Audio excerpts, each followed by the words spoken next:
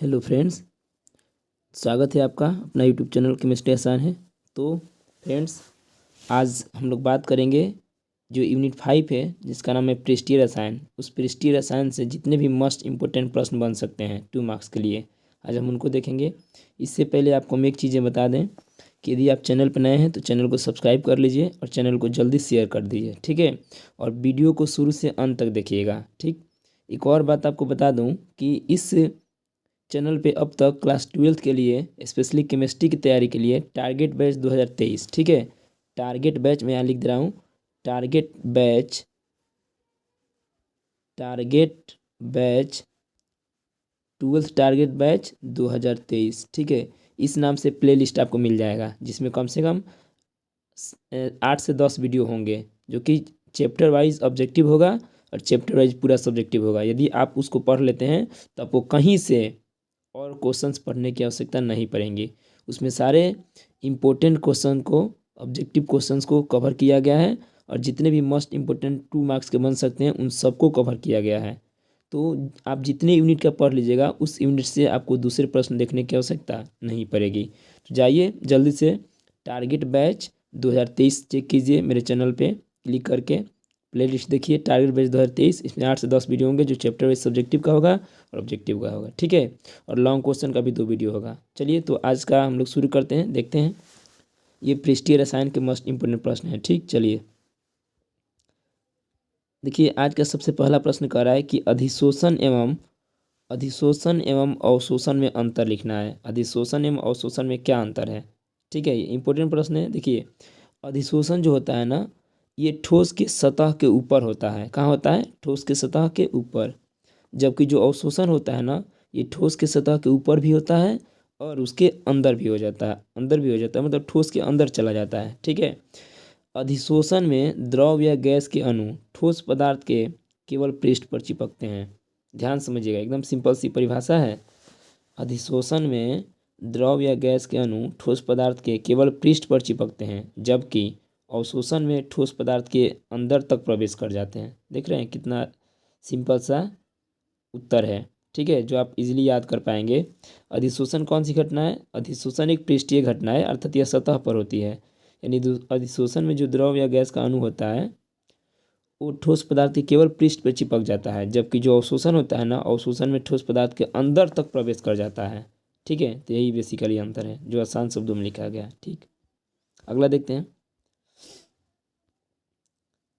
अगला कह रहा है कि जो अधिशोषण है, अधिशोषण एक पृष्ठीय घटना है। इस कथन का क्या अर्थ? देखिए, इंपॉर्टेंट प्रश्न है। ऑब्जेक्टिव में आपने कई बार पढ़ा होगा कि अधिशोषण किस प्रकार की घटना है। ऑप्शन में रहता है कि पृष्ठीय, उष्माक्षेपी, उष्माशोषी, इस तरीके से।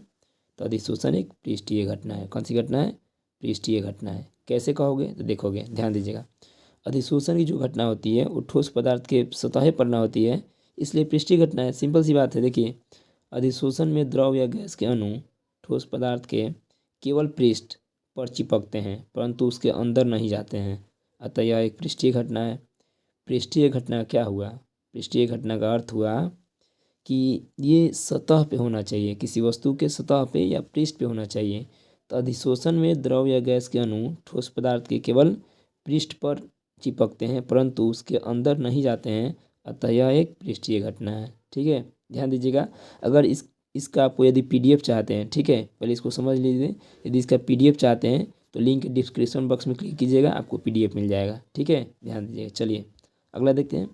अगला है कि समांगी उत्प्रेरण क्या है। समांगी उत्प्रेरण क्या है? यहाँ देखिए, PYQ प्रीवियस ईयर का क्वेश्चन है, इंपॉर्टेंट भी है। समांगी उत्प्रेरण क्या है? देखिए, तो उत्प्रेरण की वह घटना जिसमें अभिकारक एवं उत्प्रेरक की भौतिक अवस्था समान हो उसे समांगी उत्प्रेरण कहते हैं। क्या कहते हैं? समांगी उत्प्रेरण।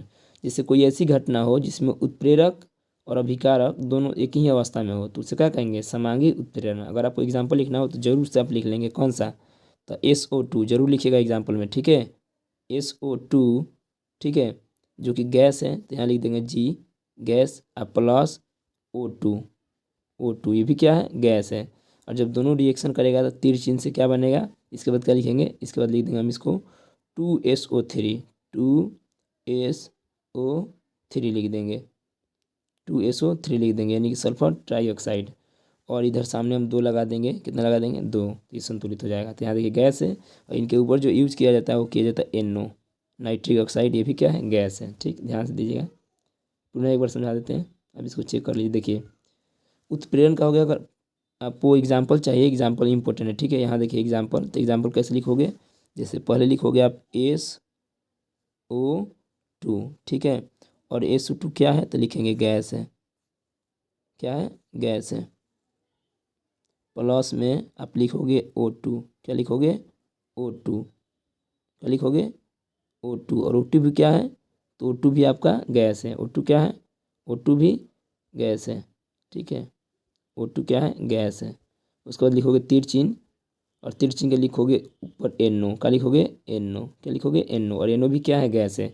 और तीर चिन्ह के बाद लिखोगे 2SO3, ये यहाँ पे संतुलित करने के लिए सामने 2 लगा दोगे, संतुलित हो जाएगा। तो देखो SO2 क्या है गैस है, O2 क्या है गैस है, यानी दोनों अभिकारक गैस हैं। और जो इन पे उत्प्रेरक है ना NO भी क्या है, NO भी गैस है।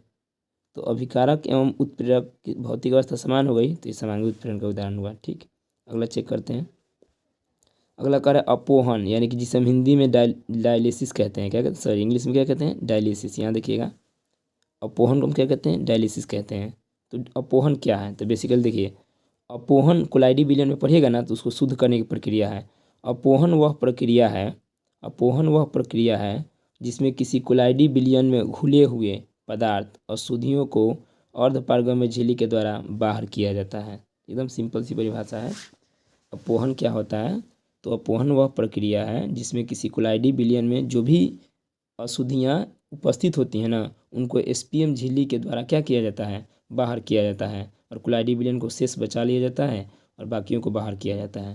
तो उसी विधि को हम अपोहन कहते हैं, क्या कहते हैं अपोहन। ठीक है, चलिए अगला देखते हैं।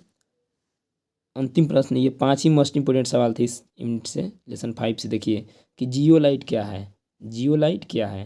तो ये जो जियोलाइट है ना, इसका ऑलरेडी मैंने वीडियो बना दिया है लॉन्ग क्वेश्चन में, जाकर देख लीजिए, लिंक डिस्क्रिप्शन में मिल जाएगा। उसमें जियोलाइट के बारे में अच्छे से लिखा गया कि जियोलाइट क्या है। ठीक है, फिर भी थोड़ा सा मैं आपको ब्रीफ इंट्रोडक्शन दे देता हूँ कि जियोलाइट जो होता है एक आकार वर्णात्मक उत्प्रेरक होता है। ठीक है, आकार वर्णात्मक उत्प्रेरक होता है जिसकी संरचना मधुमक्खी के छत्ते के समान होती है, मधुमक्खी के छत्ते के समान होती है इसकी संरचना। ठीक है, यह एक आकार वर्णात्मक उत्प्रेरक है और इसका उपयोग हाइड्रोकार्बन के भंजन में किया जाता है। ठीक है, जैसे ही इसकी संरचना इस तरीके से होती है, मैंने ये सब पढ़ा दिया है, जाके देख लीजिएगा, वीडियो डिस्क्रिप्शन में मिल जाएगा लॉन्ग क्वेश्चन में। तो आज के लिए यही मात्र 5 मोस्ट इंपोर्टेंट सवाल थे जिन्हें आप लिख लेंगे, याद कर लेंगे।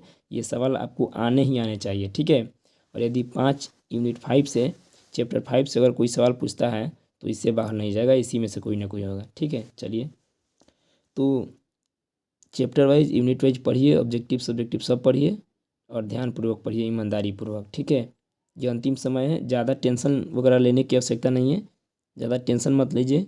ये नहीं कि ज़्यादा सोचें कि एग्ज़ाम नज़दीक है, टेंशन वगैरह लें क्या होगा क्या नहीं, तो उसकी कोई आवश्यकता नहीं है। बस ईमानदारी पूर्वक थोड़ा बहुत जितना आपसे हो पाता है थोड़ा थोड़ा सब पढ़ते रहिए। ठीक है, और माइंड को एकदम फ्रेश रखिए। ठीक, चलिए मिलेंगे फिर नेक्स्ट वीडियो में।